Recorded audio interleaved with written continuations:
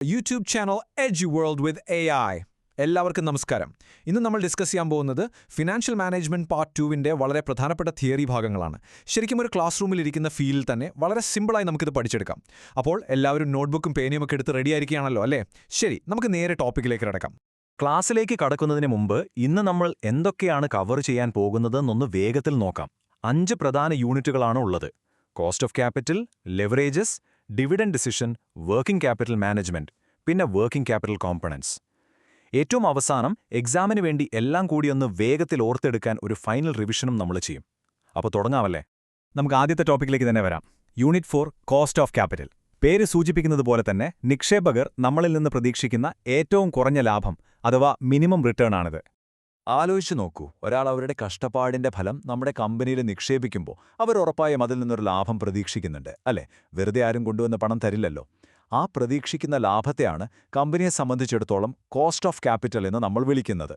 കമ്പനികൾ പ്രധാനമായും 4 രീതിയിലാണ് ഫണ്ട് കണ്ടെത്തുന്നത്.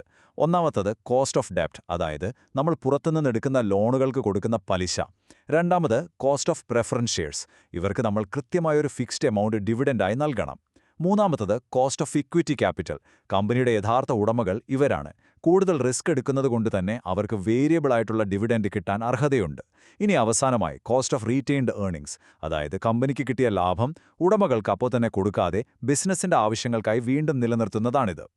അപ്പോൾ ഈ പറഞ്ഞ വ്യത്യസ്ത ഫണ്ടുകൾ തമ്മിൽ കൃത്യമായൊരു ബാലൻസ് കണ്ടെത്തുക എന്നതാണ് ഏറ്റവും വലിയ കാര്യം. ഇതിനെയാണ് നമ്മൾ ഓപ്റ്റിമം ക്യാപിറ്റൽ സ്ട്രക്ചർ എന്ന് പറയുന്നത്. ഡെപ്റ്റും ഇക്വിറ്റിയും തമ്മിലുള്ള ഏറ്റവും പെർഫെക്റ്റ് ആയ ഒരു കോമ്പിനേഷൻ. എന്തിനാണെന്നോ, കമ്പനിയുടെ ചെലവ് മാക്സിമം കുറയ്ക്കാനും ഒപ്പം തന്നെ മാർക്കറ്റ് വാല്യൂ കൂട്ടാനും. ഇത് കൃത്യമായി ഫോളോ ചെയ്താൽ നമ്മുടെ മൊത്തത്തിലുള്ള ചെലവ് കുറയുകയും കമ്പനിയുടെ മൂല്യം വർദ്ധിക്കുകയും ചെയ്യും. അപ്പോൾ ചെലവ് ചുരുക്കി കമ്പനിയുടെ വാല്യൂ എങ്ങനെ കൂട്ടാമെന്ന് പഠിപ്പിക്കുന്ന നമ്മുടെ 4ാമത്തെ യൂണിറ്റ് ഇവിടെ പൂർത്തിയായിരിക്കുകയാണ്. ഇനി നമുക്ക് നേരെ യൂണിറ്റ് 5-ലേക്ക് കടക്കാം. ലെവറേജ്. ബിസിനസ്സിലെ മാറ്റമില്ലാത്ത ഫിക്സഡ് കോസ്റ്റുകൾ നമ്മുടെ കമ്പനിയുടെ ലാഭത്തെ ശരിക്കും എങ്ങനെയാണ് ബാധിക്കുന്നത് എന്നാണ് നമ്മളിവിടെ നോക്കാൻ പോകുന്നത്. നമ്മുടെ ബിസിനസ്സിൽ പ്രധാനമായും 2 തരത്തിലുള്ള ലിവറേജുകളാണുള്ളത്. അവ തമ്മിലുള്ള വ്യത്യാസം എന്താണെന്ന് നമുക്ക് നോക്കാം. ആദ്യത്തേത് ഓപ്പറേറ്റിംഗ് ലിവറേജ്, അതായത് ഒരു കമ്പനിയുടെ വാടക അല്ലെങ്കിൽ ജീവനക്കാരുടെ ശമ്പളം പോലെയുള്ള ഒരിക്കലും മാറ്റമില്ലാത്ത ഓപ്പറേറ്റിംഗ് ചിലവുകൾ കമ്പനിയുടെ ലാഭത്തെ എങ്ങനെ ബാധിക്കുന്നു എന്നിത് കാണിക്കുന്നു. രണ്ടാമത്തേത് ഫിനാൻഷ്യൽ ലിവറേജ്. നമ്മളെടുത്ത ബാങ്ക് ലോണുകളുടെ പലിശ പോലെയുള്ള ഫിക്സഡ് ഫിനാൻഷ്യൽ ചിലവുകൾ കമ്പനിയുടെ വരുമാനത്തെ എത്രത്തോളം സ്വാധീനിക്കുന്നുവെന്ന് ഇത് വ്യക്തമാക്കുന്നു. ഇനി ചിന്തിച്ചു നോക്കൂ, ഈ ഓപ്പറേറ്റിംഗ് ലിവറേജും ഫിനാൻഷ്യൽ ലിവറേജും ഒന്നിച്ചു ചേരുമ്പോഴോ? അതാണ് കമ്പൈൻഡ് ലിവറേജ്. ഇതൊറ്റ നോട്ടത്തിൽ കമ്പനിയുടെ ലാഭം കൂട്ടാൻ സഹായിക്കുമെങ്കിലും ഒരു കാര്യം പ്രത്യേകം ഓർക്കണം: ഒപ്പം തന്നെ വലിയൊരു റിസ്ക്കും ഇത് വർദ്ധിപ്പിക്കുന്നുണ്ട്. കാരണം നമ്മുടെ വരുമാനത്തിൽ വലിയ ഏറ്റക്കുറച്ചിലുകൾ ഉണ്ടാകാൻ ഇത് കാരണമാകും. അപ്പോൾ ലിവറേജ് കൂടുമ്പോൾ ലാഭവും റിസ്ക്കും ഒരേപോലെ കൂടും. മനസ്സിലായല്ലോ? ഇതോടെ ലിവറേജുകളെക്കുറിച്ചുള്ള നമ്മുടെ 5ാമത്തെ യൂണിറ്റും നമ്മൾ ഫിനിഷ് ചെയ്തു. ഫിക്സഡ് ചിലവുകൾ കമ്പനിയുടെ റിസ്ക്കും ലാഭവും തീരുമാനിക്കുന്നതെങ്ങനെയെന്ന് നിങ്ങൾക്ക് വ്യക്തമായി എന്ന് കരുതുന്നു. ഓക്കെ, അടുത്തതായി യൂണിറ്റ് 6 ഡിവിഡൻഡ് ഡിസിഷൻ. സിമ്പിളായി പറഞ്ഞാൽ കമ്പനിക്ക് കിട്ടുന്ന ലാഭം ഷെയർ ഹോൾഡർമാർക്ക് എങ്ങനെ വിതരണം ചെയ്യണം എന്ന് തീരുമാനിക്കുന്ന ഭാഗം. ഒരു കമ്പനിക്ക് അത്യാവശ്യം നല്ലൊരു ലാഭം കിട്ടുമ്പോൾ അതിൻ്റെ ഒരു ഭാഗം നമ്മൾ ഷെയർ ഹോൾഡർമാർക്ക് നൽകും. ഇതിനെയാണ് ഡിവിഡൻഡ് എന്ന് വിളിക്കുന്നത്. പക്ഷേ ഈ ഡിവിഡൻഡുമായി ബന്ധപ്പെട്ട് വളരെ ഇൻട്രസ്റ്റിംഗ് ആയ പരസ്പര വിരുദ്ധമായ 2 തിയറികളുണ്ട്. വാൾട്ടറും ഗോർഡനും മുന്നോട്ടുവച്ച റെലവൻസ് തിയറി പറയുന്നത് കമ്പനിയുടെ ഡിവിഡൻഡ് പോളിസി അതിൻ്റെ മാർക്കറ്റ് വാല്യൂവിനെ നേരിട്ട് ബാധിക്കുമെന്നാണ്.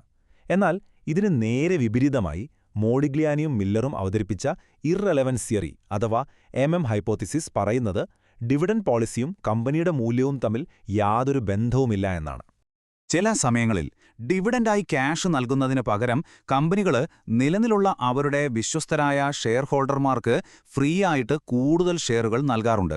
ഇതിനെയാണ് ബോണസ് ഇഷ്യൂസ് എന്ന് പറയുന്നത്. കമ്പനിയുടെ കയ്യിലുള്ള പണം കുറയാതെ തന്നെ ഷെയർ ഹോൾഡർമാരെ ഹാപ്പിയാക്കാൻ പറ്റിയ അടിപൊളി ഐഡിയയാണത്. അപ്പോൾ കിട്ടുന്ന ലാഭം കമ്പനിയിൽ തന്നെ നിർത്തണോ അതോ എല്ലാവർക്കുമായി വിതരണം ചെയ്യണമോ എന്ന് പഠിപ്പിക്കുന്ന 6ാമത്തെ യൂണിറ്റും നമ്മൾ വളരെ വേഗം അവസാനിപ്പിക്കുകയാണ്. ഇനി നമുക്ക് നമ്മുടെ യൂണിറ്റ് 7-ലേക്ക് പോകാം. Working capital management.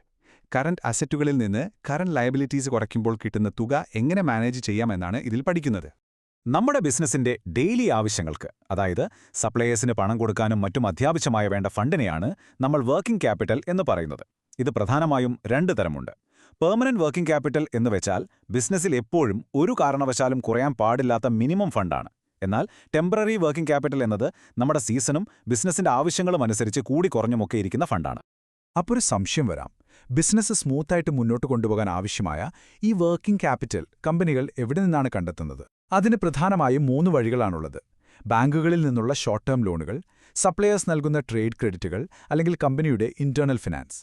ബിസിനസിന്റെ നിലനിൽപ്പിന് ഈ ഫണ്ടുകൾ ശരിക്കും ജീവവായു പോലെയാണ്. ഇതോടെ വർക്കിംഗ് ക്യാപിറ്റൽ മാനേജ്മെന്റ് എന്ന 7ാമത്തെ യൂണിറ്റ് ഇവിടെ കംപ്ലീറ്റ് ആവുകയാണ്. ദൈനംദിന കാര്യങ്ങൾക്ക് ക്യാഷ് എത്രത്തോളം പ്രധാനമാണെന്ന് ഇപ്പോൾ നിങ്ങൾക്ക് മനസ്സിലായിട്ടുണ്ടാവും. അങ്ങനെ നമ്മൾ അവസാനത്തെ പ്രധാന യൂണിറ്റിലേക്ക് എത്തിയിരിക്കുകയാണ്. Unit 8 working capital components. Cash, receivables, പിന്നെ ഇൻവെന്ററി എന്നിവയുടെ മാനേജ്മെന്റാണിത്. വർക്കിംഗ് ക്യാപിറ്റലിന്റെ ആദ്യത്തെ ഘടകം ക്യാഷ് തന്നെയാണ്. എന്തുകൊണ്ടാണ് കമ്പനികൾ എപ്പോഴും കുറച്ചു പണം കയ്യിൽ കരുതി വയ്ക്കുന്നത് എന്ന് ചിന്തിച്ചിട്ടുണ്ടോ? പ്രധാനമായും 3 കാരണങ്ങളുണ്ട്. ആദ്യത്തേത് ട്രാൻസാക്ഷൻ മോട്ടീവ്, അതായത് നമ്മുടെ ഡെയിലി ചെലവുകൾക്ക് വേണ്ടി. രണ്ടാമത്തേത് വളരെ പ്രധാനപ്പെട്ടതാണ്, പ്രിക്കോഷണറി മോട്ടീവ്, പെട്ടെന്ന് എന്തെങ്കിലും അടിയന്തര സാഹചര്യങ്ങൾ വന്നാൽ നേരിടാനുള്ള ഒരു സേഫ്റ്റി നെറ്റാണിത്. ഇനി മൂന്നാമത്തേത് സ്പെക്യുലേറ്റീവ് മോട്ടീവ്, ഭാവിയിൽ പെട്ടെന്ന് വരുന്ന നല്ലൊരു ബിസിനസ് അവസരം പെട്ടെന്ന് തന്നെ മുതലാക്കാൻ വേണ്ടിയാണിത്. അടുത്ത ഘടകം നോക്കാം, അതാണ് റിസീവബിൾസ് മാനേജ്മെന്റ്. കമ്പനി സാധനങ്ങൾ കടത്തിന് വിൽക്കുമ്പോഴാണല്ലോ റിസീവബിൾസ് ഉണ്ടാകുന്നത്. അപ്പോൾ ആർക്കൊക്കെ കടത്തിന് സാധനങ്ങൾ കൊടുക്കാം എന്നതിന് കൃത്യമായ മാനദണ്ഡങ്ങളും കൊടുത്ത കടം കൃത്യസമയത്ത് തിരിച്ചുപിടിക്കാനുള്ള സ്ട്രോങ് ആയ കളക്ഷൻ പോളിസികളും കമ്പനിക്ക് തീർച്ചയായും ഉണ്ടായിരിക്കണം. കാരണം കസ്റ്റമേഴ്സിൽ നിന്ന് പണം കൃത്യമായി കിട്ടിയില്ലെങ്കിൽ നമ്മുടെ ക്യാഷ് ഫ്ലോ അവിടെ വെച്ച് ബ്ലോക്കാകും. അവസാനത്തെ പ്രധാന ഘടകം ഇൻവെന്ററി അഥവാ നമ്മുടെ സ്റ്റോക്കാണ്. ആവശ്യത്തിന് സാധനങ്ങൾ എപ്പോഴും ഗോഡൌണിലുണ്ടാവുകയും വേണം. എന്നാൽ അനാവശ്യമായി സ്റ്റോക്ക് കെട്ടിക്കിടന്ന് ചിലവ് കൂടാതിരിക്കാനും ശ്രദ്ധിക്കണം. ഇതിനായി കമ്പനികൾ EOQ അഥവാ economic order quantity, ABC analysis തുടങ്ങിയ വളരെ സയന്റിഫിക്കായ രീതികളാണ് ഉപയോഗിക്കുന്നത്. ഇതോടെ വർക്കിംഗ് ക്യാപിറ്റലിന്റെ പ്രധാന ഘടകങ്ങൾ എങ്ങനെ കൈകാര്യം ചെയ്യാമെന്ന് പഠിപ്പിക്കുന്ന 8ാമത്തെ യൂണിറ്റും നമ്മൾ വളരെ സക്സസ്ഫുള്ളായി പൂർത്തിയാക്കിയിരിക്കുകയാണ്. പ്രിയപ്പെട്ട വിദ്യാർത്ഥികളെ, വളരെ മികച്ച രീതിയിൽ തന്നെ നമ്മൾ ഈ തിയറി ഭാഗങ്ങളെല്ലാം പഠിച്ചു കഴിഞ്ഞിരിക്കുകയാണ്. നിങ്ങളുടെ ഈ സപ്പോർട്ടിനും ശ്രദ്ധയ്ക്കും ഒരു വലിയ താങ്ക്സ്. ഇനി ക്ലാസ് വൈൻഡപ്പ് ചെയ്യുന്നതിന് മുൻപായി നമ്മളിന്ന് പഠിച്ച കാര്യങ്ങളെല്ലാം വേഗത്തിലൊന്ന് റിവൈസ് ചെയ്യാം. നമ്മൾ ഇന്ന് പഠിച്ച കാര്യങ്ങൾ എല്ലാം ഇവിടെ വളരെ സിമ്പിളായിട്ട് ഈ ടേബിളിൽ കൊടുത്തിട്ടുണ്ട്. നോക്കൂ, യൂണിറ്റ് 4ൽ നമ്മൾ നിക്ഷേപകർ പ്രതീക്ഷിക്കുന്ന മിനിമം റിട്ടേണായ കോസ്റ്റ് ഓഫ് ക്യാപിറ്റൽ എന്താണെന്ന് പഠിച്ചു. യൂണിറ്റ് 5ൽ ഫിക്സ്ഡ് ചെലവുകൾ ലാഭത്തെയും റിസ്കിനെയും എങ്ങനെ ബാധിക്കുന്നുവെന്ന് ലിവറേജുകളിലൂടെ നമ്മൾ മനസ്സിലാക്കി. യൂണിറ്റ് 6 ലാഭം വിതരണം ചെയ്യണോ അതോ ബിസിനസ്സിൽ നിർത്തണോ എന്ന ഡിവിഡൻഡ് ഡിസിഷൻ കണ്ടു. യൂണിറ്റ് 7ൽ ഡെയിലി ഓപ്പറേഷൻസിനുള്ള വർക്കിംഗ് ക്യാപിറ്റലിനെക്കുറിച്ചും ഒടുവിൽ യൂണിറ്റ് 8ൽ ക്യാഷ്, റിസീവബിൾസ്, ഇൻവെന്ററി എന്നിവ എങ്ങനെ മാനേജ് ചെയ്യാമെന്ന് നമ്മൾ ക്ലിയർ ആയിട്ട് പഠിച്ചു. അങ്ങനെ നമ്മുടെ ഇന്നത്തെ ക്ലാസ് നമ്മൾ പൂർണ്ണമായി അവസാനിപ്പിക്കുകയാണ്. ഫിനാൻഷ്യൽ മാനേജ്മെന്റ് പാർട്ട് 2ന്റെ തിയറി ഭാഗങ്ങൾ നിങ്ങൾക്ക് എല്ലാവർക്കും വളരെ നന്നായി മനസ്സിലായെന്ന് ഞാൻ വിശ്വസിക്കുന്നു.